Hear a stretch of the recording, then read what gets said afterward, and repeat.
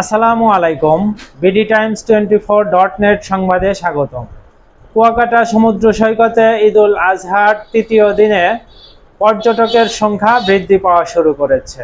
কুয়াকাটা থেকে কাজল বরণ দাসের পাঠানো তথ্য ও ভিডিও চিত্রে বিস্তারিত। কুয়াকাটা সমুদ্র সৈকতে ঈদুল আজহার প্রথম দিন ও দ্বিতীয় দিনে আশানুরূপ পর্যটকের আগমন না ঘটলেও তৃতীয় দিনে হাজারো পর্যটকের ভিড় জমেছে।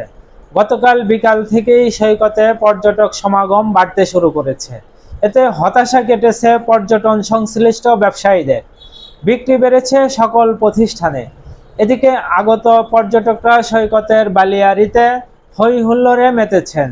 অনেকে সমুদ্রের তীরে আছড়ে পড়া ঢেউয়ের সঙ্গে মিতালিতে মেতেছেন। অনেকে প্রিয়জনকে নিয়ে সেলফি তুলছেন। অনেকে আবার সৈকতের বেঞ্চিতে বসে সমুদ্র তটে আছড়ে পড়া ঢেউয়ের মোহনীয় গর্জন সহ প্রাকৃতিক সৌন্দর্য উপভোগ করছে।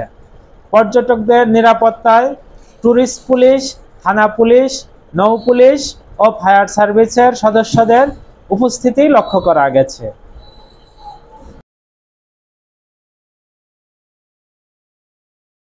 ট্যুরিস্টদের প্রত্যাশা পূরণে আমরা সকল ধরনের নিরাপত্তা ব্যবস্থা গ্রহণ করেছি।